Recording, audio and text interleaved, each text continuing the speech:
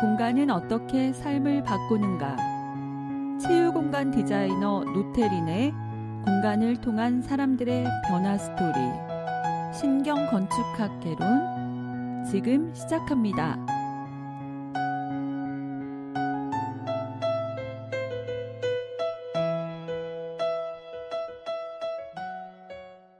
안녕하세요. 노태린입니다. 오늘은 제 목소리 아주 밝습니다. 오늘 그래서 병원 이야기 중에 한 편인 응급실 이야기를 좀 해보려고 합니다. 가끔 저에게 어떤 분들이 물어보세요. 왜 병원만 디자인하시나요? 집은 안 하세요? 라고 물어보시죠. 집을 안 하는 게 아니라 병원에서 계속 의뢰가 많아서 병원을 계속 하게 돼서 그런 것입니다. 자, 그럼 대표님께 집을 의뢰하시면 병원 같은 집을 만들어 주시나요? 이렇게도 여쭤보세요. 제가 웃음을 지어봤지만 사실 저는 내 집과 같은 병원을 만들고 있는데 그럼 병원 같은 집은 도대체 무슨 집일까요? 집 같은 병원에 같은 집 맞나요? 또 웃게 되네요. 자, 그럼 병원은 무엇이고 집은 무엇인가 정말 헷갈립니다. 병원을 디자인한다고 하면 사람들이 생각할 때 무엇이 다르다고 생각하실까요? 아니면 또 무엇이 어렵다고 느껴지시는 것일까요? 제가 생각할 때는요, 결국 병원에는 환자들이 머무는 곳이죠. 그리고 이 환자들, 결국 아픈 사람들이 치료를 하는 가장 큰 역할을 하는 부분이 있어서일 것 같습니다. 그러다 보니 결국 병원이란 곳은 사람의 생명을 다루는 기능적인 부분에 가장 큰 중점이 있죠. 의료가 행해질 수 있는 다양한 모습들이 잘 어우러질 수 있도록 해야 되겠는데 그러다 보니까 아주 큰 장비들 또 비싼 장비들 굉장히 신경 쓰이는 그런 의료의 그런 기계들 그런 것들에 대한 배치 그리고 환자들이 치료를 잘 받을 수 있도록 환경들이 조화롭게 매치가 돼야 될 것 같습니다. 그리고 또 가장 중요한 것은 의사나 간호사들의 그런 전문 직종의 사람들이 서로 간의 동선에 부딪히지 않도록 원활한 흐름을 만들어내는 공간 배치들을 생각해야 하니까요.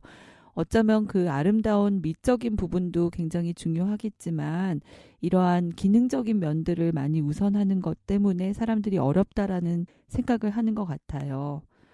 자, 그렇다면 여기서 병원에는 확실히 집과는 다른 무언가를 발견하셨죠? 환자를 보호해야 하고 돌봐야 하는 그런 기능입니다. 그렇다면 오늘의 주제가 되는 본론으로 들어가서 위급한 환자를 돌봐야 하는 응급실 같은 곳은 어떠해야 할까요? 응급실 이야기를 하다 보면요. 최근에 그 중앙의료원의 센터장님의 과로사 같은 그런 아픈 이야기를 비롯해서 또 몇 년 전에 정말 큰 이슈가 되었던 메르스 감염 이야기. 한편으로 또 응급 의사 선생님으로 굉장히 널리 이름을 알려지게 되셨던 이국종 선생님 이야기. 다양한 에피소드가 많이 있죠. 개인적으로는 제가 이 응급실에 대한 또 아픈 사연이 있습니다. 일하다가 불이 한번 크게 난 적이 있었거든요. 그런 잊지 못할 이야기도 있는데요. 이런 이야기들의 각각의 한 꼭지만 해도 여러 분량의 내용이 쌓일 것만 같습니다. 자, 그래도 이제 오늘 기본적인 본질의 내용으로 들어가서요. 응급실의 공간을 떠올리면 가장 먼저 무슨 단어가 생각이 나세요? 제가 예전에 응급실 디자인할 때 많은 분들에게 아이디에이션을 했었는데요. 보편적인 그런 대답에서 많이 나오는 얘기들입니다. 빠른 처치, 아니면 대기실의 혼란, 그리고 과밀성, 더군다나 이제 폭력, 어떤 분들은 위생적인 얘기까지도 하시는 분들도 계세요. 그리고 또한 최근에 또 TV에서 보면은 CCTV 이런 얘기까지 있었죠. 아마 좀 더 뉴스적인 측면까지 들어간다면 오늘 얘기가 끝나지 않을 것 같은데요. 저희 그 신경건축학 이야기 중에서 진찰실 공간을 조사실과 한번 대비해서 이야기를 나눠본 적도 있죠. 기억하시죠? 그러다 보니까 이제 오늘의 그 응급실을 이러한 공간 구조로 놓고 보면서 고대의 감옥이었던 파놉티콘과 한번 비교를 하면서 얘기를 나눠보겠습니다. 여러분이 알고 계시는 그 파놉티콘은요. 최대 다수의 최대 행복이라는 말로 유명한 영국의 공리주의 철학자 제레미 벤담이죠. 이분이 말씀하셨어요. 그런데 이분이 이제 그 지하 감옥보다 좋은 환경의 교도소를 만들어야 한다라는 제안에서 시작한 원형 감옥입니다.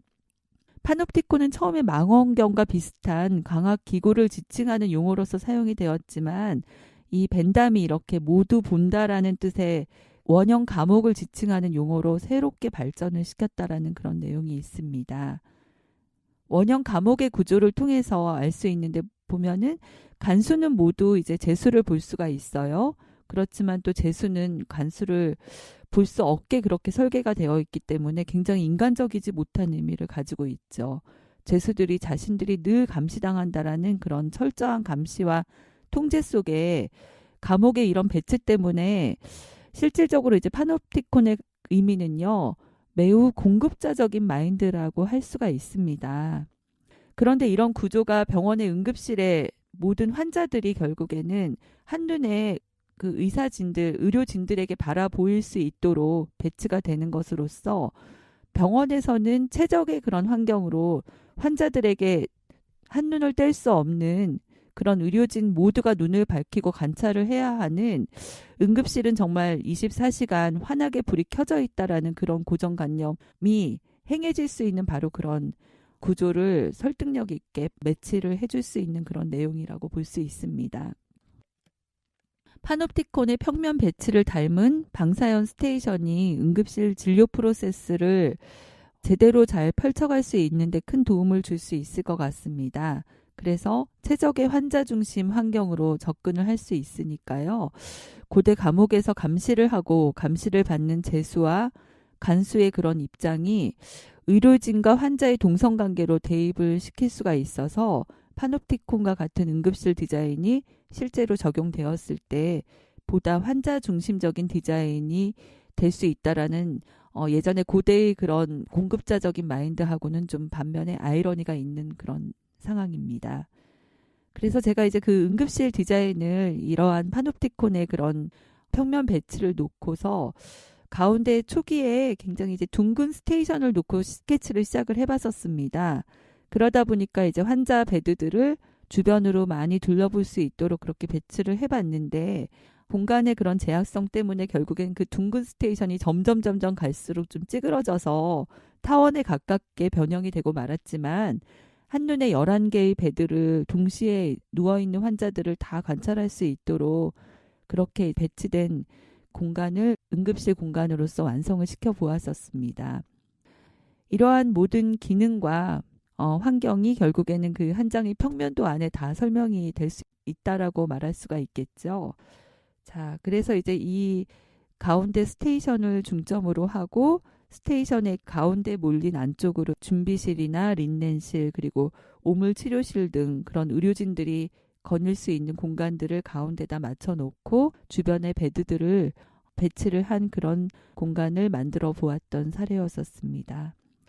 오늘 병원의 다양한 공간 중에서 특히 이제 응급실, 많은 환자들의 그런 상태를 신속하고 빠르게 돌보기 위해서 고대의 그 파놉티콘 평면 구조가 변형이 되어서 쓰일 수 있는 그런 사례들을 말씀드렸는데요. 오늘 이야기 어떠셨어요?